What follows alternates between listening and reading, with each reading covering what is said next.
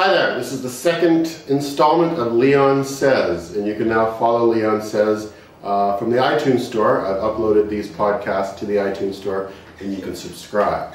So if you're watching this on my webpage, you could also go to the iTunes Store and subscribe to the podcast. As tech facilitator, I need to learn how to do all these things, so this is sort of my testing ground for that.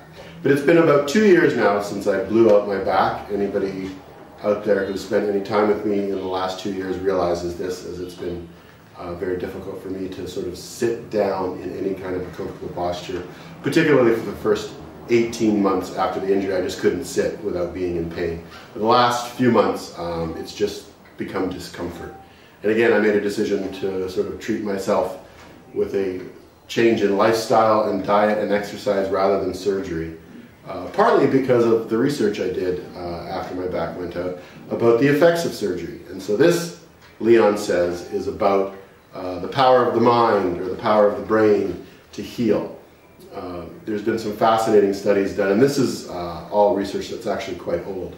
But one of the ones that just fascinated me was they gave two groups of chronic pain sufferers placebo or morphine, and a double-blind study that's been replicated many times. So you take a group of people and you give half of them morphine and you give the other half a placebo, and their pain goes away.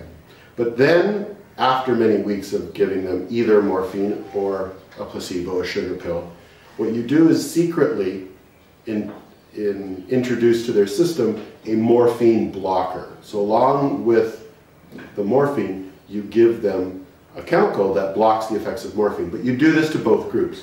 So the group on the placebo also gets the morphine blocker. Well, the pain returns in both groups. In other words, the placebo effect is more than just kind of, oh, not thinking about it. When you're on a placebo, and if you believe the placebo is a painkiller, your brain produces pain-killing substances.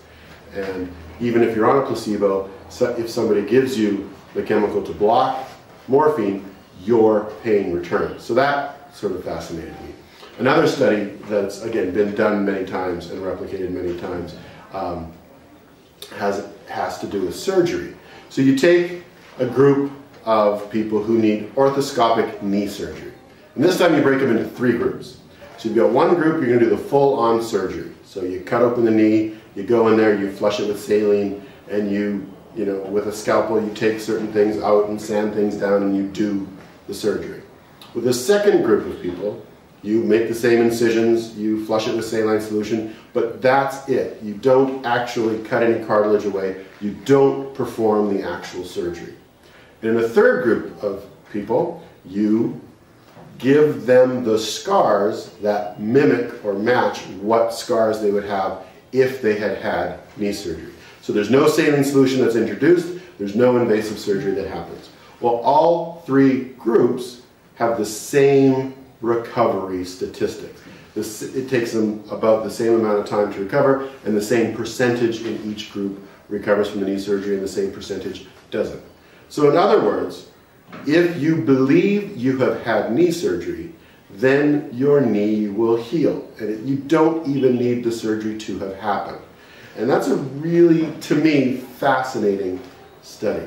So as I'm in year 2 of my recovery, and I have my good days and my bad days with my back, I still secretly wish for somebody to kidnap me, put a hood over my head, take me to a hospital, and then the next morning I'll wake up and they will have told me that I had back surgery and that I should heal.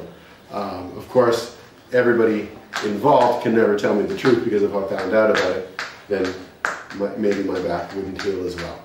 So, that's what I think.